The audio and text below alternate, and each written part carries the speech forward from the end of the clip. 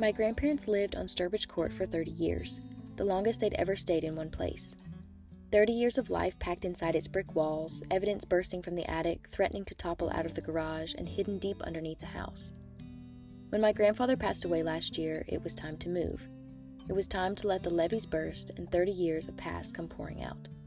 It's a painful thing, sitting on the stained, woven carpet of a room that will soon be inaccessible to you, sifting through the plastic pieces that marked your childhood.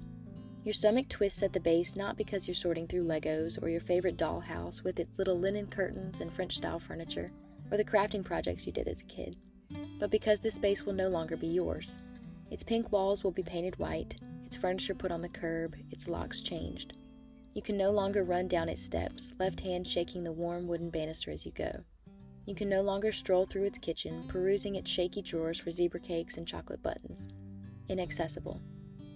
Under the house, my mother found 2 red and white file boxes, coated in a thick layer of dust and grime. They'd been under there for longer than anyone knew, so long she thought their contents had been lost decades ago.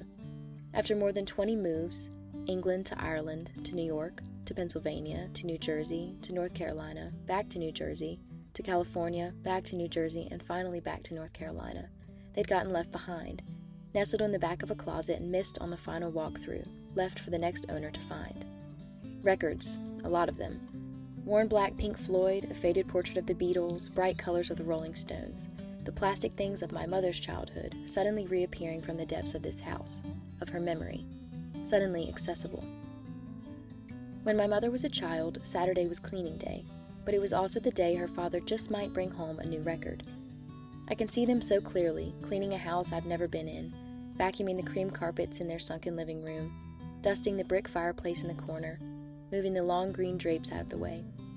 I can see the way the sun hits the record player against the wall, silver and black, spinning on a small wooden table, blaring to the point of damaging eardrums.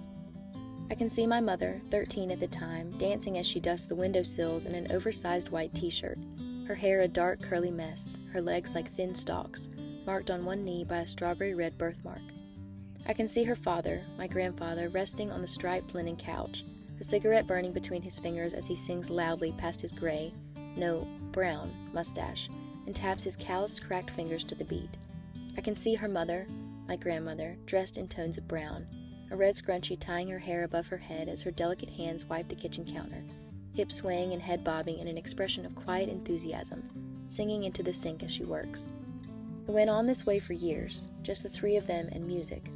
From house cleaning to new records, to full days spent watching MTV, and finally to concerts at Madison Square Garden when they had the money. They had music and they had each other. That was all.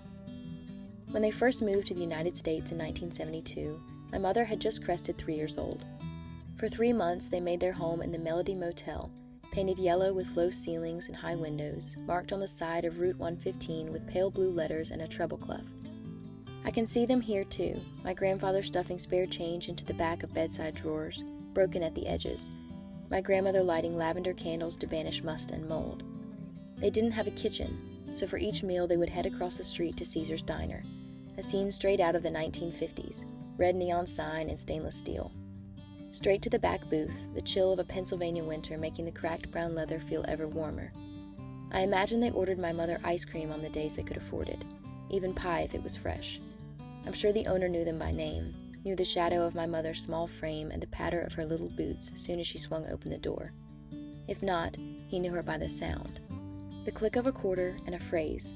A long, long time ago, I can still remember how that music used to make me smile.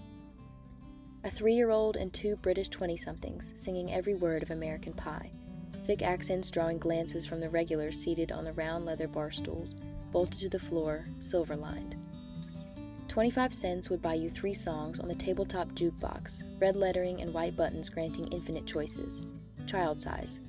But it was only this song that had to be played each time, only this one that made it into the routine.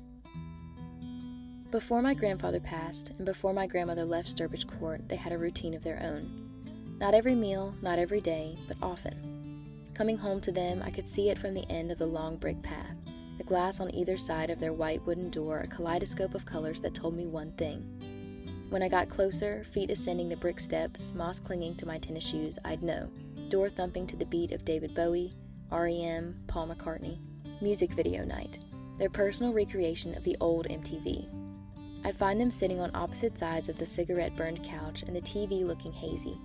80 inches of a performance from the 1980s, the 90s. My grandmother, red scrunchie in her hair, black Harley-Davidson shirt, tapping her thin finger in the air as Cat Stevens sings his heart out. My grandfather, cigarette between his callous fingers, gray eyebrows at attention, gray mustache moving as he belts alongside Neil Young, his cheeks marked by deep ruts that mark the years it's been since 1972. When my mother joined, 25 seconds of a YouTube search meant one thing: American Pie. 8 minutes 34 seconds, I can see them all, watching from a rattan bar stool in the wooden kitchen I'll never step foot in again. I see my mother, legs crossed, strawberry-stained knee swinging to the beat as she belts out every word, arms high and fingers drumming at the air.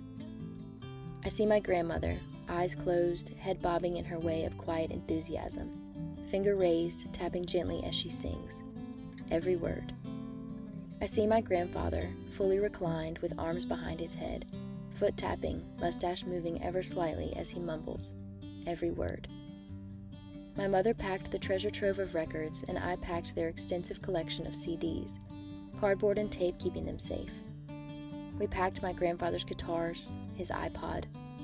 My grandmother packed his sheets of music. We took the TV off the wall, took out the speakers.